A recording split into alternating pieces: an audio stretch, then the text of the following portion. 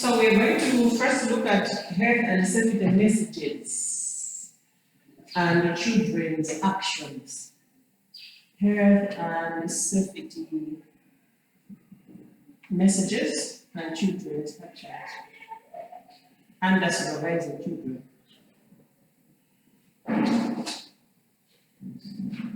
So the health as well as safety messages. These are the primary mode of communication to make sure that children are safe in their environment. So, wherever the children are, wherever possible, there has to be messages that should be in a position to inform the learner as well as the teacher of what they are supposed to expect from their surrounding, or informing them about their surrounding or the conditions which may provide harm to them. So you are in a classroom and somewhere else is say electric circuit or electric socket. Let them know there is an electric socket. Or where there is electricity, you have that lightning, right? These are messages that are going to alert the learner as well as the teacher about the surrounding. What is it that they have to look out for? So that is why we are saying health and safety messages are very important, or they are the primary mode of communication to make sure that children as well as the teachers are safe in their environment. So why are they important to be put in the environment? So I am saying they are important to be put in the environment because they let teachers and children know about the condition of their surrounding.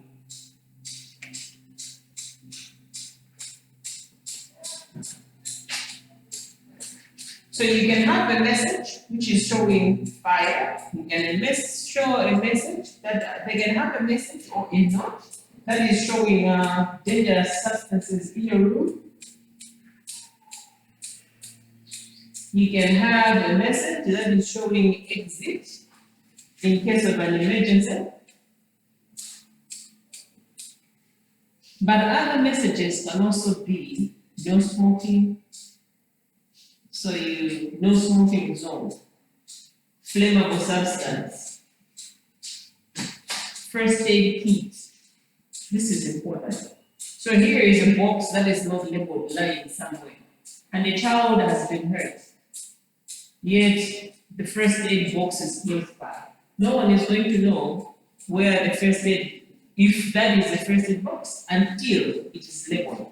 So it is very important to display health and safety messages to make sure that people should not find it a problem to access such kind of services or to access an exit where need be. Wet floor. If the caretakers are moving the floor, let them put up those cones that indicate that here is a wet floor. If you're walking, walk carefully. If anything, don't walk here at all because it's slippery. So wet floor, flammable substance, first aid kit, fire equipment, do not enter. All these are messages that are very important in a school setting. So this is part of supervising the children. Simply putting up the messages, you are supervising the children because now, in the absence of voices, but there are these signs, messages that have been put all over. Wet paint, wet floor, fire equipment, do not enter. So if there is an engine room or there is an engine that, there is a room that contains something that is harmful to children, just write do not enter. The children will be in a position to know this is a no-go zone area. So you are supervising the kids. A whole surface, you indicate a hand and then you cross out and not touch these surfaces. These are some of the messages that are supposed to be displayed to make sure that the child as well as the teacher is aware of the surrounding in which he is. So if you've got, these messages are supposed to be in red. The messages must have arrows to indicate direction if there is need to do that, and the messages are supposed to be in red. Poor. Have you ever seen poor in black? Poor is always in red. Eh? When I was growing up, I don't know about it. Poor I used to read it as English.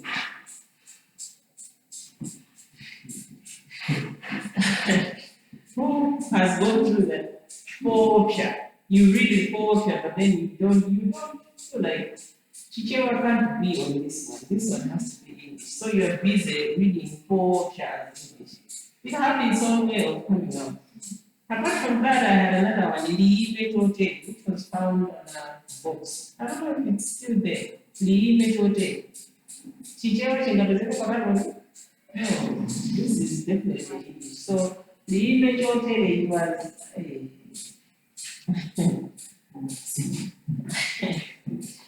okay, so red arrows where there is need to do that. The words are supposed to be in red. Red is going to show the edges, or the red is going to show how serious the thing is. And it is also catchy. It's easy for them to see it in red.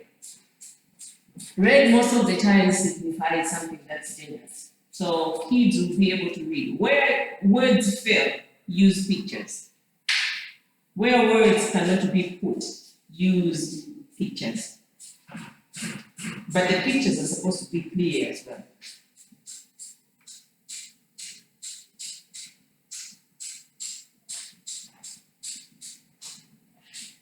Okay, other safety messages could be as follows.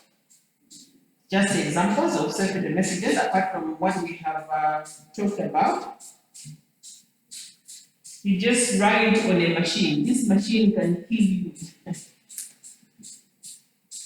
For a child to read that, then people warning, danger or dangerous. Children are going to keep their hands off.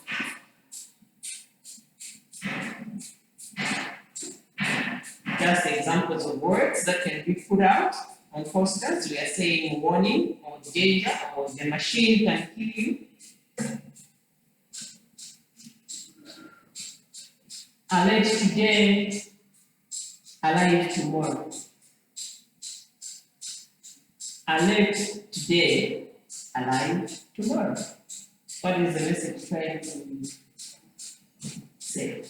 If the children are going to be alert in whatever they are going to do, if they are going to watch what they are touching, what they are eating, they are going to still be alive tomorrow.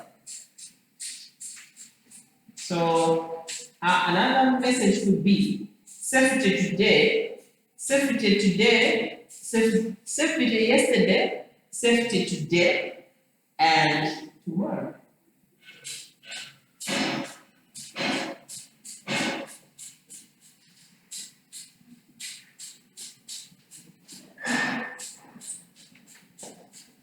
Another way how you can ensure that kids are being supervised is carrying out safety and security procedures.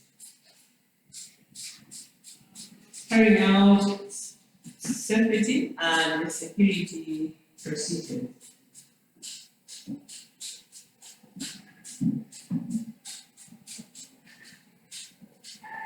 How can you carry out some of the safety and security procedures? One way is to train all teachers and support staff. Train all teachers and support staff. Like I was saying, in most areas we've got the fire extinguishers, but very few people know how to use them. So every support staff and all the teachers are supposed to be trained. What kind of training do you think can be offered to support staff or teachers to make sure that it has to be part of the supervision or health and safety of the child?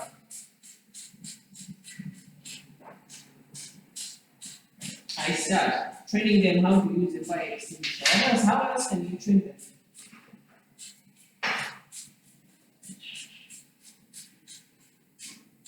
What are the possible dangers or possible accidents or common accidents that happen in a school? Falling down. When a child falls and breaks a hand, breaks a leg, there is first aid that is supposed to be administered to this child, right? Whereby you put the handkerchief and then the hand there. I remember there was a time I had my hand broken down. And I had two rulers put. There was one ruler on this side and another ruler on the other side, and they tied together to make sure that the bones are not moving. And I was rushed to the hospital. So such kind of first aid procedures are supposed to be taught to staff, support staff, as well as the teachers. When a child has passed out, how do you handle them? When a child has taken what you think is poisonous substance, what are the first procedures? What are the first things that are supposed to be done to this particular child? So some things like this, they're supposed to be taught to the teachers as well as the support staff. When a child is bleeding, how do you handle it? So train our teachers and support staff, but again, ensure that windows lock securely, but they should also be easy to open from inside.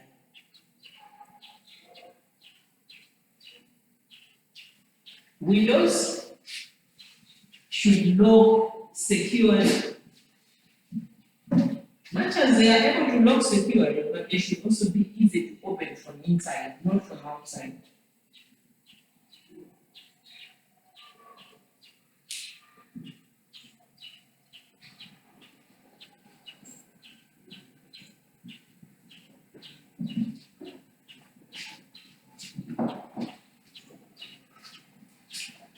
Conduct fire alarm evacuation. We talked about this. Drill the children. When you hear this alarm, go off. Know there is fire on campus, and this is what you are supposed to do. Make sure in a single file, not pushing each other. Go out. When you go out, assemble at this particular place. Make sure each and every child has it in them. How do you know that every child has it in them? By sounding an alarm when there is no fire and see how the children are going to react. So you train them time and again to make sure that they should be in a position to know what to do in case fire that's their school. The other one is to be ready for natural disasters and extreme weather. Procedures. Be ready for natural disaster. What kind of a natural disaster can a teacher find himself ready for? A natural disaster or extreme weather.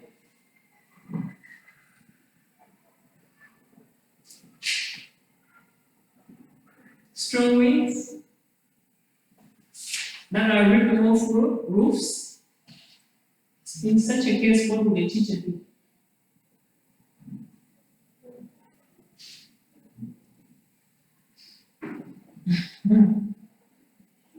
How we can keep them safe is make sure that we are ready for natural disasters and extreme weather. How can we do that? What kind of a natural weather can we get ready?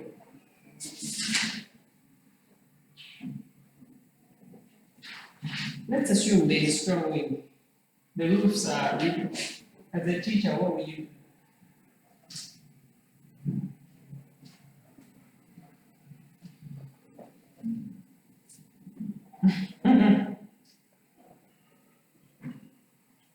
Okay, in case where there is a lot of lightning, thunder and lightning, we've got children screaming and all.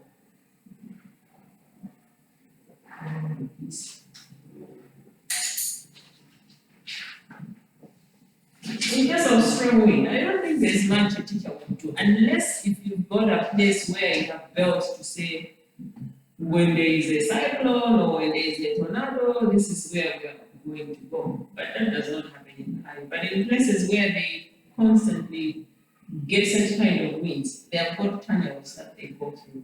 So if they see that there is a tornado that's going, they will simply open there and everybody else goes and can go until the wind passes. But for us, I think we would just sit in a class and wait for the happening to happen. Because if you go outside, you never know, some iron sheets might fly and kill a child or two. If you stay inside, maybe it's safer that way because before the iron sheets are there, you've got the ceiling. Because there are times the roof is going to be removed by the wind but falls back into the building. So maybe we can still stay inside because we've got the ceiling, assuming by then the ceiling is not wet and coming down. But at least the impact of the ceiling is not going to be the same as the iron sheets. You can also bank on the the timber that is on top to say it may prevent the iron sheets from falling in. So the best way would be staying indoors. In case where there's a lot of rain that's coming, encourage the kids to stay inside. When there is lightning, encourage the kids to stay inside. Another one is to strengthen partnership with public safety officers or officials, not officers. To strengthen partnership with public safety officials. Strengthen relationship or partnership with public safety officials. What are some of the examples of the public officials that you think a school should strengthen the partnership with? Public safety officials. Who can these be? The fire department and the police. The fire department and the police. So if you are in good partnership with the police, something happens, the police is going to be quick to respond. If you are in good partnership with the fire department, in case of fire, the fire department is going to be able to respond faster to your call and maybe do something.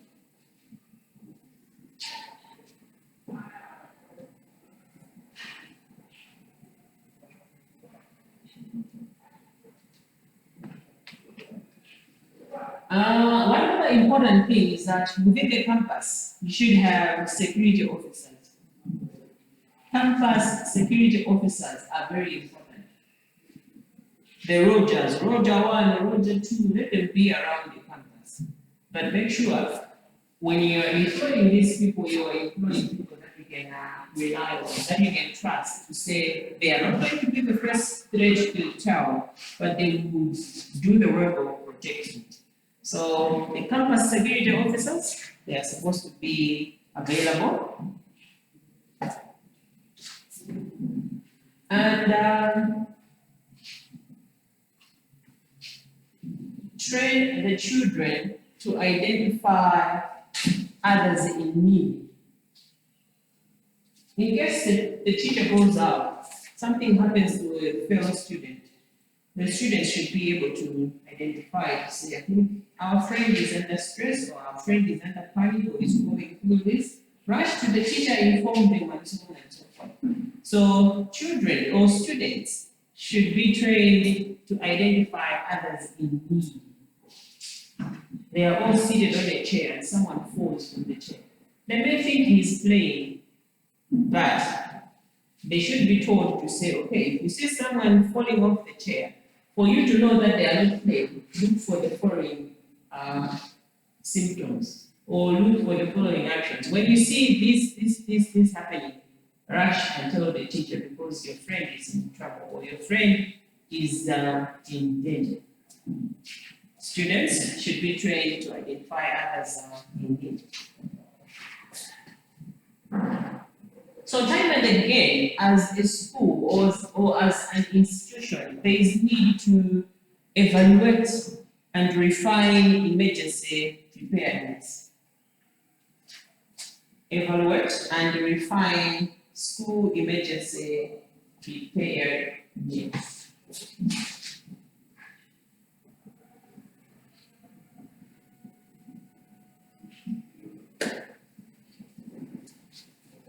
Okay, one important that school emergency preparedness has to be refined and evaluated. When we were opening this school, this is what we put in place in as far as emergency preparedness is concerned. 10 years later, nothing has been evaluated or refined.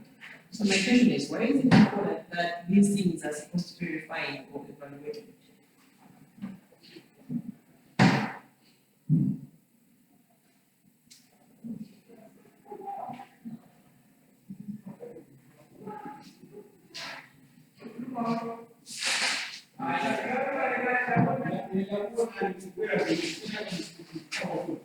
Why is it important?